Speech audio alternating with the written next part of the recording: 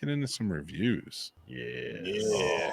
Exciting stuff. Now, I understand that we usually go with our favorites second, and that's no different here. So let's start with Beverly Hills Cop, Axel F. Well, I did really like this movie. I did really like it. So, and of course, it's Axel Foley back again in Beverly Hills Cop, this time to save his daughter, and he runs into a lot of old familiar faces and some plenty of new ones in this very action-fueled adventure on Netflix now. Yes. What did you think about Axel Foley coming back? 40 years. I was super excited because, as you know, it was the first watch for me, all the Beverly Hills Cops over the last like 9 days. So I didn't have to wait that long for this one. So I thought this one paid great homage, and they had so many Easter eggs from the other movies. I love seeing pretty much all the original cast come back. Kevin Bacon is so great at playing like the sleazy cop or sleazy whoever. Because he just turns into a prick. Like, I know he's a great guy, but I'm like, man, I fucking hate you. Like, he really does play a prick well. You get the charming smile, and it's like, I know you're a piece of shit. Like, I know you are, but fuck your smile. I like the one-liners in here. I like the cheesiness. I was curious how they would bring 2024 remixes of their main theme song and remix it, and I really like the musical scores for this. Because all their movies, they mix it up, and I appreciate that because it keeps, you're always like, yeah, it's gonna be this. But I thought they did a great job. Eddie Murphy, if anything, I think I almost like Eddie Murphy getting older. I think he's kind of gotten more distinguished. I think his timing has gotten better and his deliverance of jokes and not having to be completely outrageous to make you laugh. So I kind of enjoyed older Axel than younger. But I would recommend this movie, especially if you watch the others, because I think if this is your style of movie and you did like them, this absolutely will be right up there with them.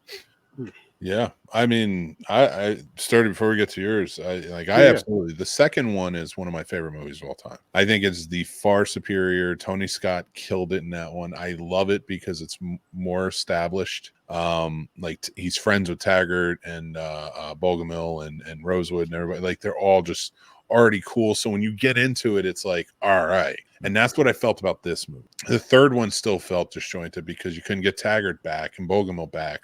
So and I love Hector Elizondo, but that's a new character you have to introduce, and then all this other stuff. So that's why I love the second one. The first one I love because it's gritty as hell and it's fun, and he does a great job. And I agree with you. I love older Axel because for him to be 18 or 19 in the first one, and now just to be so much older and time sort of passed him by a bit, but he's still Axel Foley.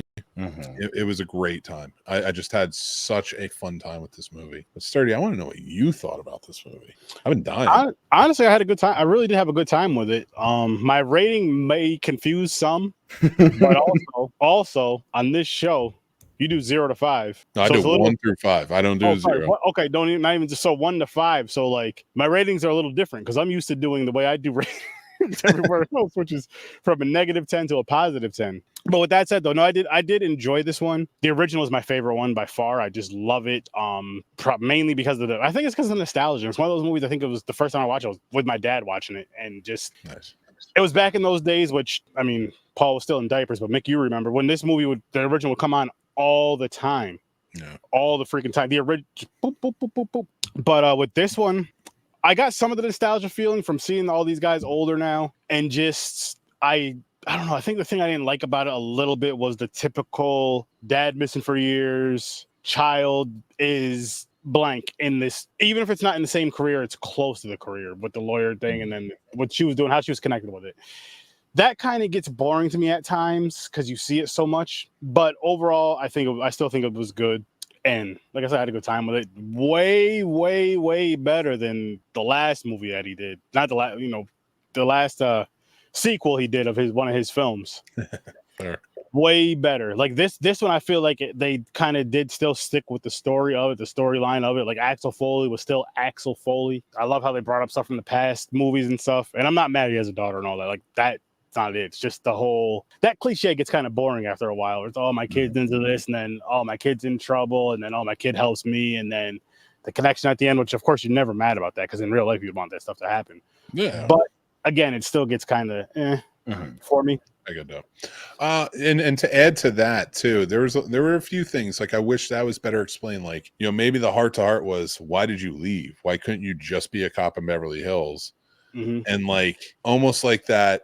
Yeah, I'm a Detroit cop. That's who I am. Blah blah blah. You know, like, and your mother didn't want to go with me, and you know, because then you can play into. I didn't like that they completely cut out the third.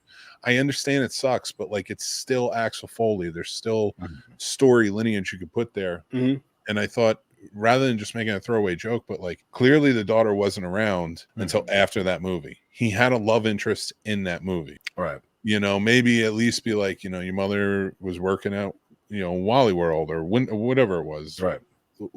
Wonder World or whatever it was. You know, and I couldn't deal with Beverly Hills. I needed to go back and blah blah blah. Like, because then you can leave it up to a lot. Like that's a better explanation to me. Or what were you going to do? Like Jeffrey got shot. I needed to go back and be with him, or you know, something like that. Like because he is so addicted to the job, right? You know, I thought, and another thing that really bugs me is when he's getting arrested by he calls them the Lego police. Yeah, Lego he says, "I've been a cop for 30 years." The first movie came out 40 years ago, and you were a detective. Can we at least agree to get the math right? Can we at least agree to be like, I've been a cop for 45 years, you know, or some shit like that, like 42 years or something like that, just so that way we can get it right. Come on, man. Like, I don't know why those little things in movies irk me, but they do. I get that. The pepper spray bothered me. That's what fucked me up. I was like, there's no way you took that much pepper spray to your face and you're okay, able to talk, able to see, and then you dump water to get that shit off. I'm like, nah, dude, that takes milk and you'd be fucked up. Yeah, it's tough. Like, they put an obscene I used amount. water when I got pepper sprayed. It wasn't a whole. You're cracked. That's all I had. Right. No, I mean, I get, you know, I guess in a panic, like, you grab, but like I said, I mean, he seemed fine. Like he's like, you don't have to use that much. And he was driving. That felt a little silly to me. Was that whole like portion of it? Like that's what I liked about the first movie when they threw him out of the window. Right. And like then he gets arrested. He's like, what the fuck? He's like, they threw me out of the window. You know, like I would have liked, like, yeah, they were chasing him down, but like he got arrested for maybe running away on foot and fucking something up, you know. But like that whole, we just saw you chase down somebody in a snowplow. Yeah. You know, and it was pretty epic. And now we're see you run away from a few guys in a meter maid like thing. Like it's just that felt a little too silly comparatively to the other stuff. Yeah. That felt more number 3 than it did 1 or 2. Yeah. But listen, let's give our ratings for this one. And I know what you guys want to get to, but I really like this one. I love the fun movies that are coming out lately, especially the action stuff. I gave it a 3.5. Paul, you gave it a 3, right? And Sturdy gave it a 2.5. So it's like a singular bar going up. I like that. So Sturdy, why the 2.5? You think it's just mid? I think it's better. I think it's better than mid, but a little better than mid. But it's just, again, just with the certain things, the little cliches with that story, and then not really explain that storyline, just kind of, because they do it with a lot of movies. It's like, okay, he has a kid. I get that. Love it.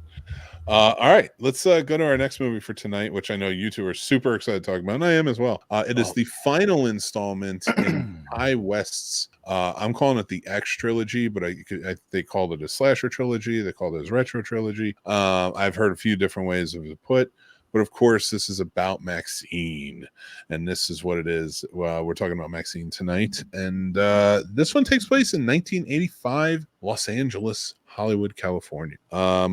Guys, let's get into it a little bit. What'd you guys like? What do you think? Let's talk about it. Do you want to go first, Sturdy? Or do you want go ahead, Paul.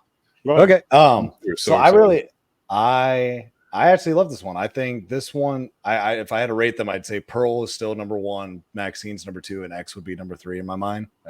The set alone, like, I mean, they just fully submerged you in that whole 80s feel. It was so believable. I mean, I think the group that I was with, we all looked at each other a few times and were like movies get it pretty right in the settings for movies, but this one was just so believable. Yeah. I thought they shot it on film, and then I was very surprised when I realized they shot this all digital, because of how well it looked. Like, it didn't look like a digital movie just with a filter over it, and it actually looked like it was shot on film. MaXXXine, I loved her character. I love the internal turmoil they show, especially when she's getting her face molded. I thought they did a great job showing that. Yeah.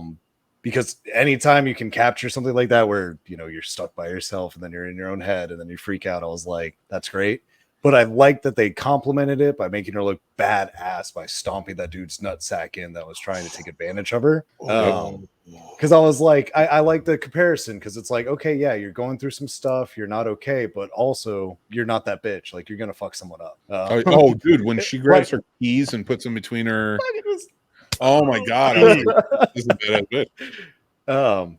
I loved her friend. I wish, if I had a gripe with this movie, I wish they had showed her movie store friend that didn't want to sleep with her a lot more, because I love that character. I thought he was cool. Movie store. I enjoyed Kevin Bacon. Once again, you know, Kevin Bacon kind of playing the sleazy Southern guy coming up, being the PI. I absolutely bought it.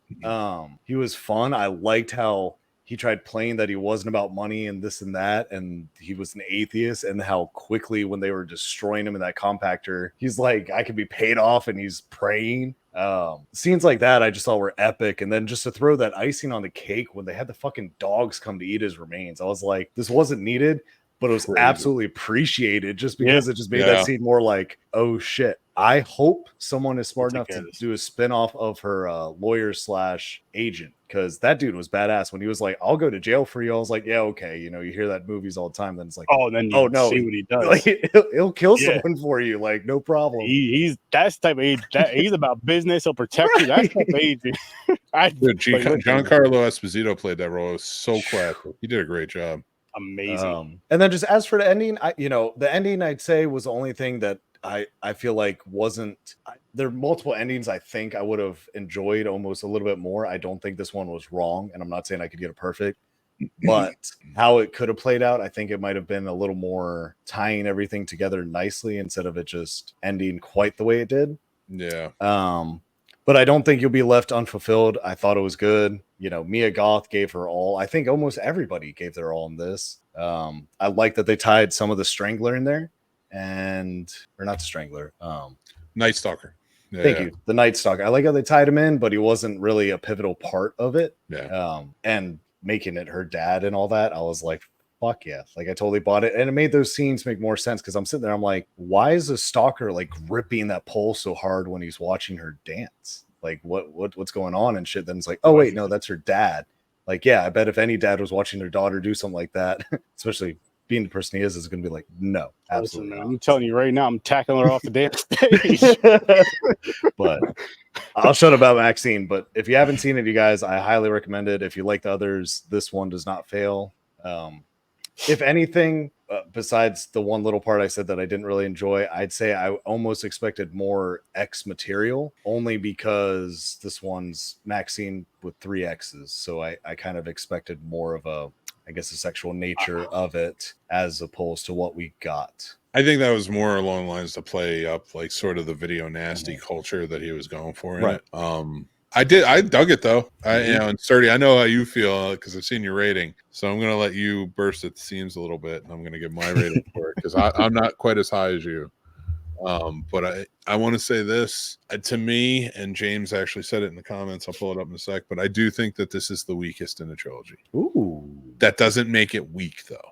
It's got a rewatchability. I've already watched it twice now, so like it's got the rewatchability. It's a good horror movie, great characters. I really thought X was a really well done horror film with a cool twist. And Pearl, he made each one of those movies very distinct, and they all had their beautiful nuances that made them a part of their time frame.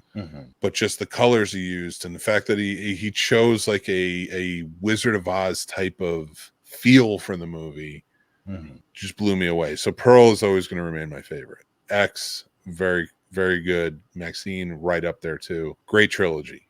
Again, I said this to Sturdy. I think that it would have been better if they came out in chronological order. Right. And because I said to Sturdy in X, when she finally does kill Pearl and run her over, I felt like if we had seen Pearl first, that would have made that so much more relieving because MaXXXine's getting away, but heartbreaking because Pearl's dead. Right. Reversing it just didn't give me that same feel. So like it was just those things. I did really like MaXXXine. My biggest issue with it was it made sense that it was the dad, but I wish they set it up better.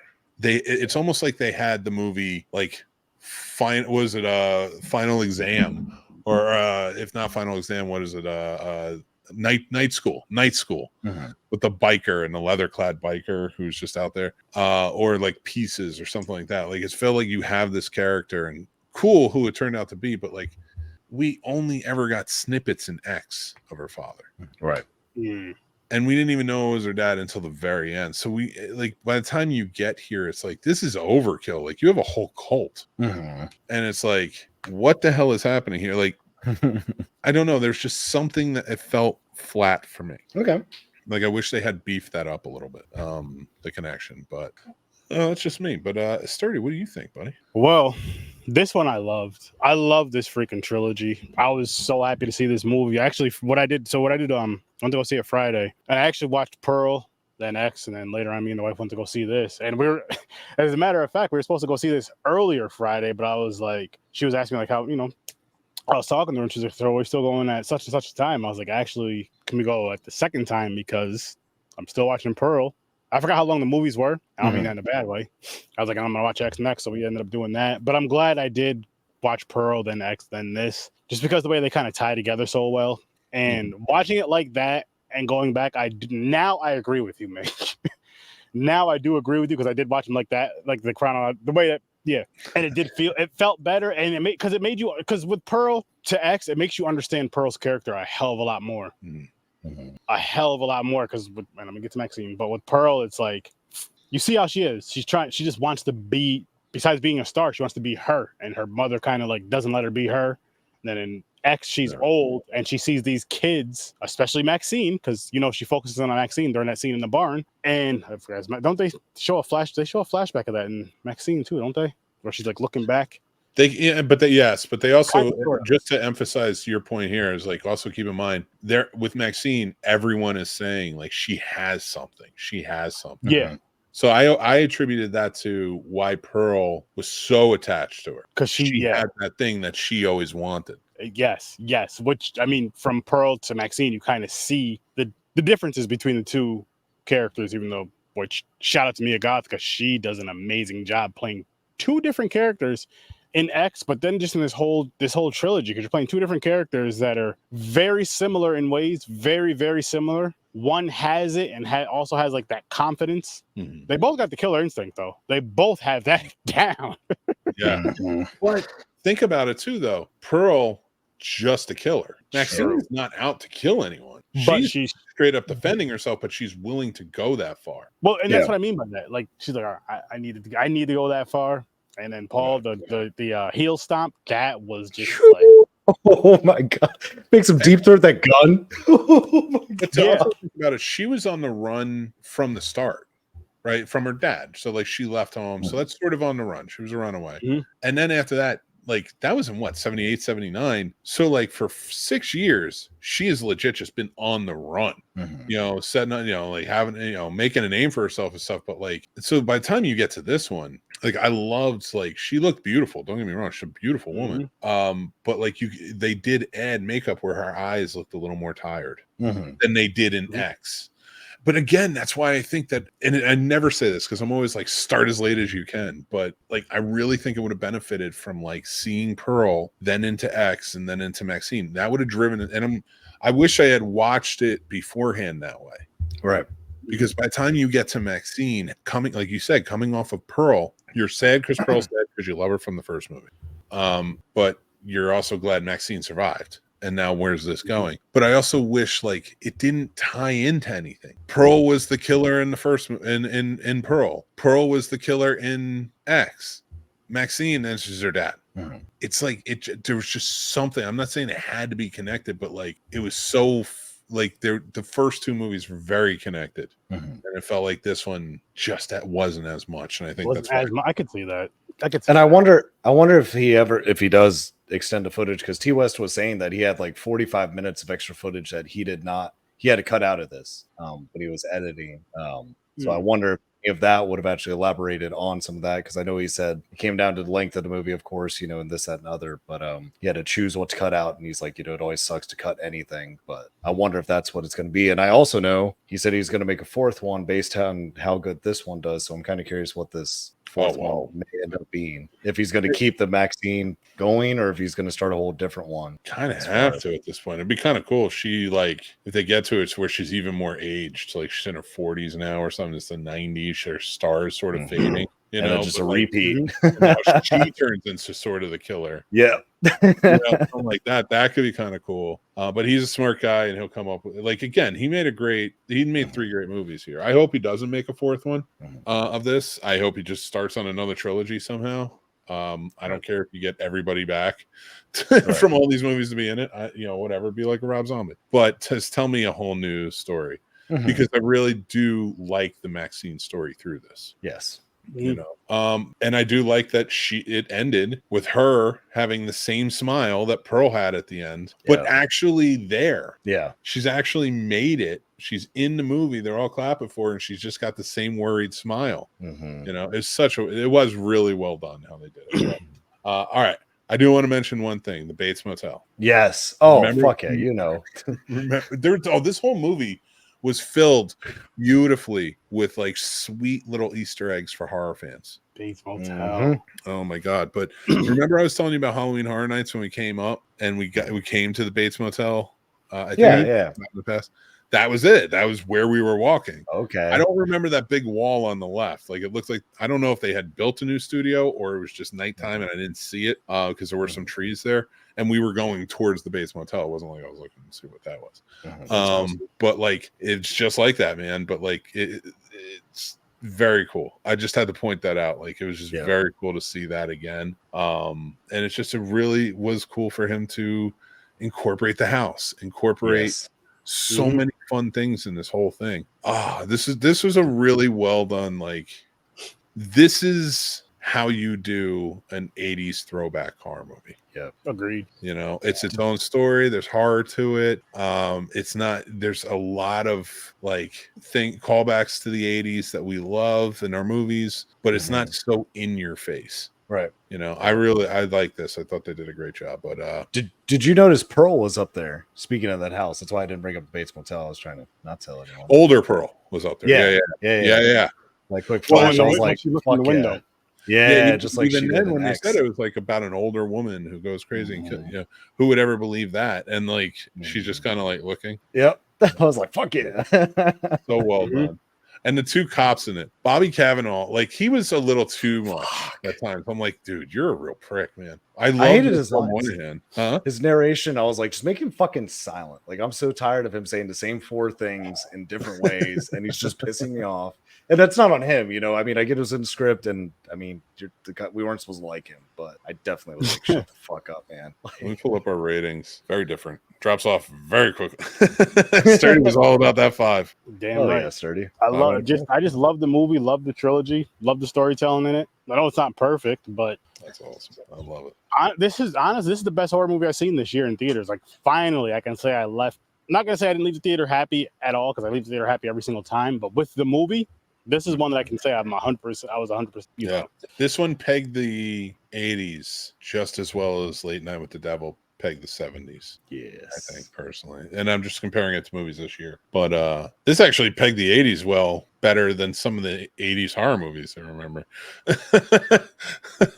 Actual movies that we're trying to pander. All right, that's our ratings for MaXXXine. That's right. Sturdy gives it a 5. Paul gives it a 3.5, and I gave it a 3.5. And we're gonna start closing out. But of course, I have to give you my mixed movie pick from 1988, and it is one of my all-time personal favorites. And I urge anyone who hasn't seen this movie to go and check it out. It is the 1988 film Cinema Paradiso. Is an Italian film about a filmmaker who recalls his life growing up in Italy in a poor town. It was pre-war, and then it goes as he grows up, the World War II happens. But it's a filmmaker calling back to his time where he befriended a projectionist at a movie theater and how he fell in love with movies and just kind of how they helped shape his life all the way through. I saw this movie for okay, so here's a funny story about me. I always wanted to be a filmmaker since I saw Jurassic Park, right? I've said that. And I was making videos, and my best friend Lenny at the time, we were always making videos together and doing fun stuff because he wanted to be a filmmaker too. Well, he went to college when we graduated high school. Me, not so much, but he went to college and he took film studies and stuff like that. And he would let me come and audit the classes with them. And I remember one of the first classes in his film theory class, they were going to watch this movie and they were going to talk about it. And I by that point, I'd never really watched a foreign film before. I was like, nah, I just don't want to read subtitles. I just don't, they're just not for me. This is the movie that I watched it. I fell so in love with it. I never turned back from foreign films or that type of bullshit way of thinking. If I could tell that story and it reaches anyone to see this movie, I will be so happy because it is absolutely one of my absolute favorites and in my top 10 of all time. So check out Cinema Paradiso, a movie I could talk about a lot from 1988. It is available. And also go check out, of course, our Patreon. And you get our weekly newsletter, links, movie reviews, tons more. So go ahead. And remember, tomorrow night, come check us out at 7 p.m. It'll be Get Geeks Live. I will be live. And you pick the topics in the comments and we'll talk about it. But you can follow our Patreon right there, and that's where everything will be. But I want to say thank you to my awesome buddies here who came and joined in. Sir Sturdy from Horror Sir Sturdy Podcast and Popcorn and Pints. Please tell us more and tell us what you got going on this week. So, Horror with Sir Sturdy, doing Backpacking with Sturdy, sorry, which is only watching and reviewing horror movies and also ordering food from that region, not the exact region. Like I can't afford that, guys. So locally, ordering the foods, and there's some that I have. Like there's gonna be some that I haven't tried, and I can't wait just because it's going back to our talk earlier about the whole culture and all that. It's opening up to different foods and movies of other cultures, and this is gonna be a yearly. What month are we in? July and August. Every July and August, we're backpacking somewhere. I love it. And then on Sturdo Vision, be there at midnight. Just be there at midnight, the 13th, 12 a.m. Just be there. That's all I'm going to say. Just be there. Oh, God, that's going to be amazing. And then at 9 o'clock, Popcorn and Pints. We're reviewing Freaky Friday and some other movie. Right oh, matter of fact, nope. The Haunted Mansion. Boom. Eddie Murphy's coming back in our lives. Heck yeah. You're going to want to see that at 9 o'clock Eastern Time this Saturday. So that's where you can find Sturdy. You're going to want to see more of Sturdy, so just go there. Love it. Paul, anything you want to add before we get going? You guys, it's a hot week all across the board, so make sure to stay hydrated. Drink the night before. I had some employees kind of fall out today because they started drinking water when they got to work. It's too late, you guys. Like, heat stroke's a real thing, so hydrate the night before. Keep watching, keep listening, and keep loving the magic of movies. That's right. And I want to say thank you all. We appreciate you following, supporting us, subscribing to us. Help us get to 5,000. That is our trek right now. We're trying to get to 5,000 subscribers, and make sure that you are following us down on the Patreon. Again, you can become a member of the Discord if you are. Hang out, get some free perks. But if you want to sign up and do the paid perks and help us out, support the channel, we appreciate that too. Thank you so much. And thank you to our sponsor, Shopify. Guys, if you want to start your e-commerce business, now's no better time. And Shopify will help you all the way through. So go check out the link below and you'll get $1. You'll get a free trial and $1 on your first month. All right, guys. But I am Mick Manhattan from the Scene Snobs, joined with, as always, by producer Paul and Sir Sturdy joining in for the fold. We're going to be back next week, so make sure you're joining in, having a good time with us. But until then, remember, everybody, be kind, stay classy, and take care of yourselves, because that's very important. Until next time, I'll talk to you soon. Bye.